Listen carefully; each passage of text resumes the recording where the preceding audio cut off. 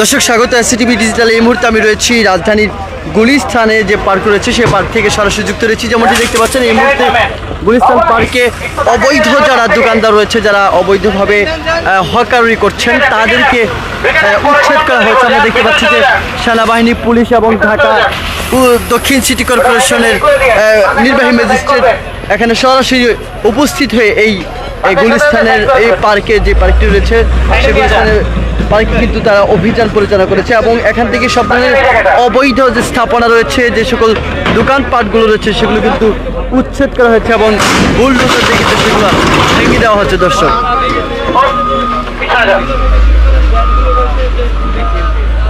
দর্শক যেমনটি দেখতে পাচ্ছেন এই মুহূর্তে আসলে মানুষের যান চলাচল এবং পার্কে যারা সাধারণ মানুষ রয়েছেন, জনসাধারণের জন্য কিন্তু এই পার্কটি উন্মুক্ত করে দেওয়া হয়। কিন্তু আমরা দেখছি যে পার্কগুলোকে দখল করে হকাররা বিভিন্ন ধরনের সামগ্রী, বিভিন্ন ধরনের পোশাক থেকে শুরু করে বিভিন্ন ধরনের সামগ্রী কিন্তু ক্রয় বিক্রয় করে থাকে এই গুলিস্তান পার্ক দখল করে।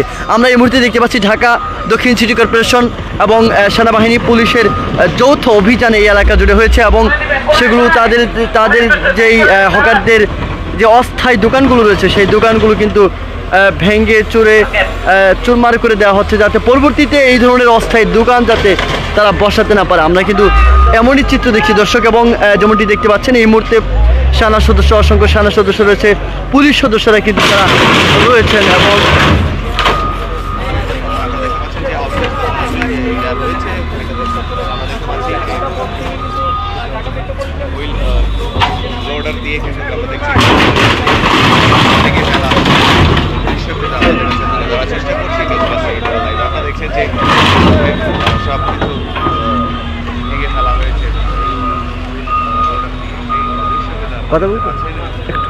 আজকের যে অভিযান, সেই অভিযানটি মূলত এই পার্ক যেটি জনসাধারণের জন্য উন্মুক্ত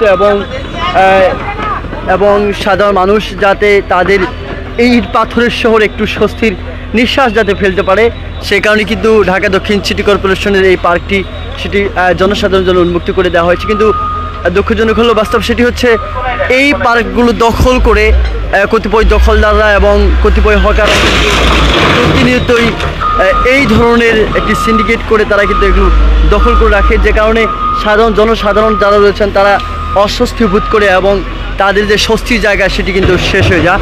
সে কারণেই কিন্তু ঢাকা দক্ষিণ সিটি কর্পোরেশন, সেনাবাহিনী এবং পুলিশের যৌথ অভিযান এখানে একটু আগে অভিযান হয়েছে এবং সেই অভিযানের পরিপ্রেক্ষিতে উদ্ধার করা যে সকল টুল বক্সগুলো রয়েছিল, যে সকল টংগুলোতে তারা দোকান বসে সাধারণত হকাররা, সেই টুল বক্স এবং সে সকল টংগুলো কিন্তু এই মুহূর্তে ভেঙে চুরমার করে দেওয়া হচ্ছে এবং অস্থায়ী যে সকল দোকানগুলো বসানো হয়।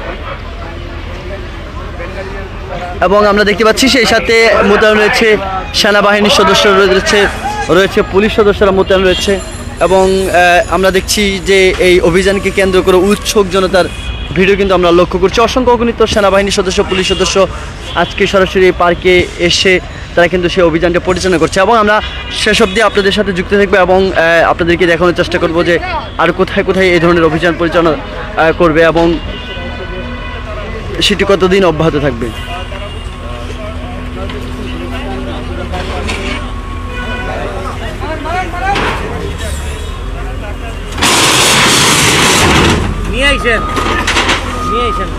পানি বোতল খাটিয়ে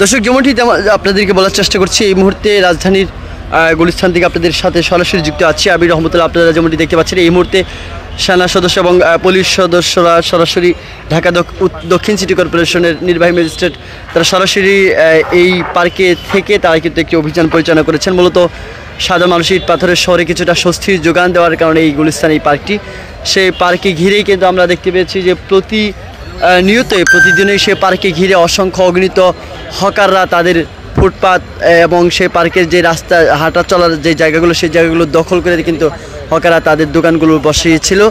সে কারণে সাধারণ মানুষের যে স্বস্তি জায়গা সেটি কিন্তু শেষ হয়ে যায়। সেটি আসলে সাধারণ মানুষের স্বস্তি ফেরাতে, পার্কটি হকার মুক্ত করতে দক্ষিণ সিটি কর্পোরেশন এবং পুলিশ এবং ট্রাফিক পুলিশ এবং সেনা সদস্যরা কিন্তু আজকে এই অভিযানটি পরিচালনা করেছেন। আমরা দেখতে পাচ্ছি পুরোপুরি পার্কটি এখন এই মুহূর্তে হকার মুক্ত করা হয়েছে এবং হকার ফাঁকা করা হচ্ছে। পর্যায়ক্রমে সেই অভিযান অব্যাহত থাকবে বলে জানিয়েছেন আমাদের কাছে, এবং আমরা সেই চিত্র আপনাদেরকে দেখানোর চেষ্টা করছি। দর্শক, আমরা একটু পরেই আমাদের উচ্ছেদ করার একটু পরেই আবার তারা দখল করে। তো তারা যেটি সহজেই তারা শিফট করে চলে যায়, তাদের একটি ট্রলি গাড়ি থাকে, তারা আমরা যখন উচ্ছেদ শুরু করি তারা ট্রলি গাড়িতে দিয়ে চলে যায়। এই ট্রলি গাড়িগুলো নিয়ে আসলে আমরা উচ্ছেদ করার পরে আবার পরক্ষণে চলে আসে। সেই জন্য আমরা যেটি পারমানেন্টলি সলিউশন করা যায়, তো ট্রলি গাড়িগুলোকে আজকে আমরা যারা আছে মানে যেসব ভক্তরা এটা ট্রলি গাড়ি বসানো করে থাকে সেগুলো আমরা সিজ করছি। আপনাদের নিয়মিত মনিটরিং চলবে কিনা এই ব্যাপারে? আমরা অবশ্যই এটা পূর্বেও ছিল, ভবিষ্যতে সবসময় একটি চলমান প্রক্রিয়া, এটা অবশ্যই চলবে।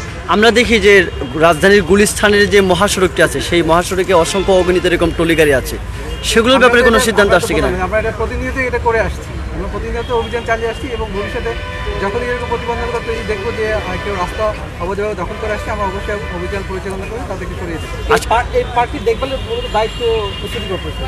এখানে যদি কেউ ইজারা দিয়ে থাকে বা মানে টাকার জন্য রেখে থাকে, এই দায়টা আসলে কার উপর? পার্কের নামেই ছিল না, পার্কের এখানে ইজারা দেওয়ার বিষয়টা, ইজারা শুধুমাত্র দেওয়া হয় পার্কিংয়ের বিষয়টা, মানে কার পার্কিং, সেখানে ট্রলি পার্কিং তো দেওয়ার কোনো সুযোগ নেই। এখানে কার পার্কিংটা দেওয়া হয় বা কোনো ক্ষেত্রে মোটরসাইকেল পার্কিং, সেখানে তো ট্রলি পার্কিং দেওয়ার কোনো সুযোগ নেই। ডেফিনেটলি এটা সিটি কর্পোরেশন নলেজের বাইরে। তাহলে কি তারা হচ্ছে অবৈধভাবে নিচ্ছে?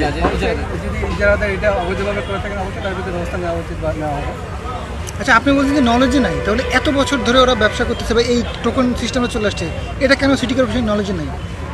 না, সিটি কর্পোরেশনের যে এখতিয়ার, সেই এখতিয়ার মুক্ত কাজ করে। আমরা রাস্তার মধ্যে, রাস্তা হচ্ছে সিটি কর্পোরেশনের বা পার্ক হচ্ছে সিটি কর্পোরেশনের, যে অংশটা সিটি কর্পোরেশনের মালিকানা, সেখানে যদি কেউ অবৈধভাবে ব্যবসা পরিচালনা করে বা দখল করে, সেটি উচ্ছেদ করা হবে। এখন অন্য কে কি করছে সেটা না, কেউ যদি সিটি কর্পোরেশনের নাম ভেঙে সিটি কর্পোরেশনের ইজারা বলে টাকা তুলে, তো সেটা আপনাদের ইন্টেলিজেন্স টিম কাজ করা উচিত কিনা? কাছে আপনারা নজর আনার করতে তো অবশ্যই ব্যবস্থা নেবেন। পুরো নামটা মোহাম্মদ আমিনুল ইসলাম, নির্বাহী ম্যাজিস্ট্রেট, ঢাকা দক্ষিণ সিটি কর্পোরেশন। ঠিক আছে, থ্যাংক ইউ।